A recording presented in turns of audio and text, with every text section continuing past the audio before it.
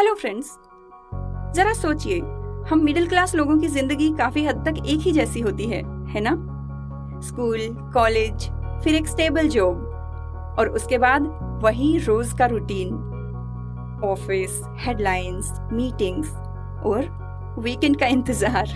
कभी कभी मन में आता है, यार कुछ अपना करना चाहिए, क्या जिंदगी थोड़ी सी आसान हो सकती है? लेकिन फिर एक आवाज आती है, रिस्क मत लो, सुरक्षित रहो, सैलरी तो आ ही रही है।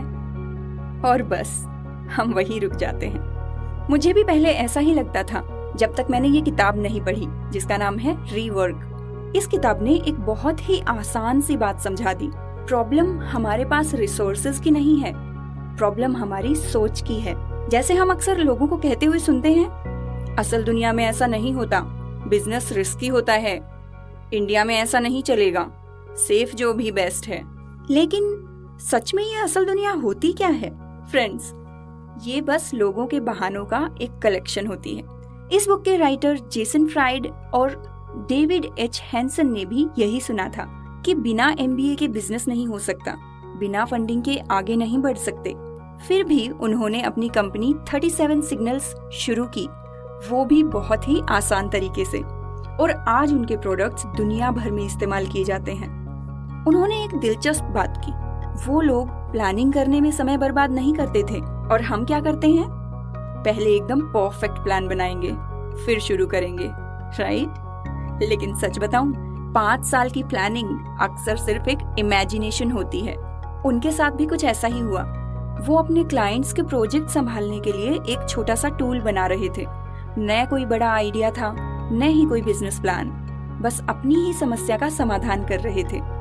और वही टूल बाद में बन गया बेस कैंप। जरा सोचिए, जो चीज उन्होंने सिर्फ अपने काम के लिए बनाई थी, वही आज दुनिया भर के लोग इस्तेमाल कर रहे हैं। तभी समझ में आता है कि कभी कभी सबसे अच्छे आइडियाज प्लानिंग से नहीं, जरूरत से आते हैं।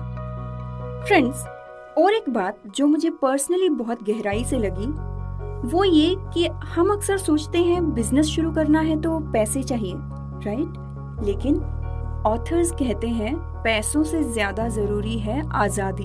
अगर आप इन्वेस्टर ले आते हैं तो आपके फैसले आपके नहीं रह जाते। इसीलिए ऑथर्स ने अपनी कंपनी को स्लो और स्टेबल ग्रो किया, विदाउट आउटसाइड प्रेशर। और ऑनेस्टली ये बात मिडिल क्लास माइंडसेट के लिए बहुत पावरफुल है, क्योंकि हमें फास्ट सक्सेस नहीं, स्टेबल लाइफ चाहिए होती है, राइट? एक और मिथ जो हम लोग फॉलो करते हैं, बिजी रहना इक्वल्स टू सक्सेसफुल होना, यह सरासर झूठ है। ऑफिस में भी देखिए, जो बंदा सबसे ज्यादा बिजी दिखता है, लोग उसे ही हार्ड वर्किंग समझते हैं। लेकिन यह किताब बिल्कुल उल्टा कहती है। अगर आप 12 to 14 आवर्स काम करते हैं तो शायद आपका काम करने का तरीका सही नहीं है। ऑथर्स की टीम इंटेंशनली कम आवर्स के लिए काम करती थी, बट फोकस्ड काम करती थी, और शायद इसी वजह से वो बर्नआउट नहीं हुए।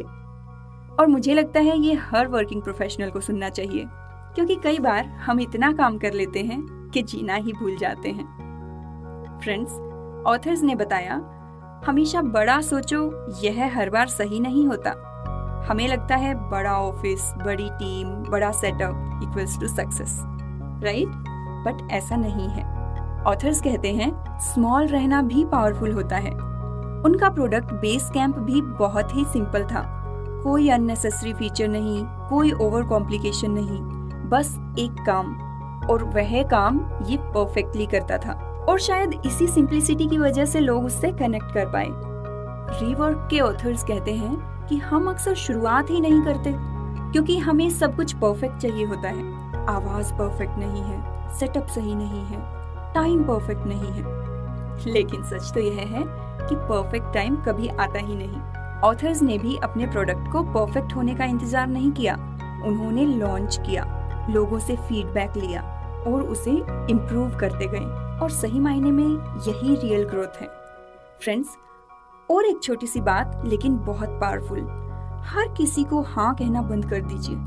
चाहे ऑफिस हो या पर्सनल लाइफ, हम हर चीज एक्सेप्ट कर लेते हैं, एक्स्ट्रा काम, एक्स्ट्रा मीटिंग्स, एक्स्ट्रा स्ट्रेस। लेकिन ऑथर कहते हैं हर हाँ आपको आपके गोल से दूर ले जाती है। और ऑनेस्टली मीटिंग का तो अलग ही ट्रुथ है। आप मुझे बताइए कितनी मीटिंग्स ऐसी होती हैं जहां कुछ डिसाइड ही नहीं होता, बस टाइम चला जाता है। इसीलिए वो कहते हैं कम मीटिंग्स ज्यादा रियल काम। फ्रेंड्स, इस बुक के आखिर में ऑथर्स मार्केटिंग पर फोकस डालते हैं। उनका कहना है कि मार्केटिंग सिर्फ एड्स नहीं होते, आप कैसे काम करते हैं, कैसे बात करते हैं, लोगों के साथ कैसा व्यवहार करते हैं, वह आपकी असली मार्केटिंग होती है। जैसे कि ऑथर्स अपने विचार खुलकर साझा करते थे। वो लोग ब्लॉग के माध्यम से या अपनी सोच के जरिए लोगों से कनेक्ट करते थे और इसी वजह से लोगों का उन पर विश्वास बढ़ता गया। तो अगर मैं आसान शब्दों में कहूँ तो रीवर्क ये नहीं सिखाती कि कैसे एक बड़ा बिजनेस बनाया जाए, यह सिखाती है कि कैसे एक सिंपल और मीनिंगफुल लाइफ बनाई जाए।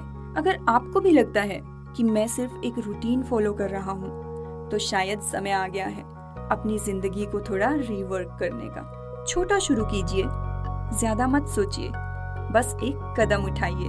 Because at the end success perfect planning से नहीं आती, एक्शन से मिलती है। फ्रेंड्स, इस बुक के बारे में और बिजनेस के बारे में आप भी अपने विचार कमेंट्स में शेयर कर सकते हैं। Thank you so much for listening.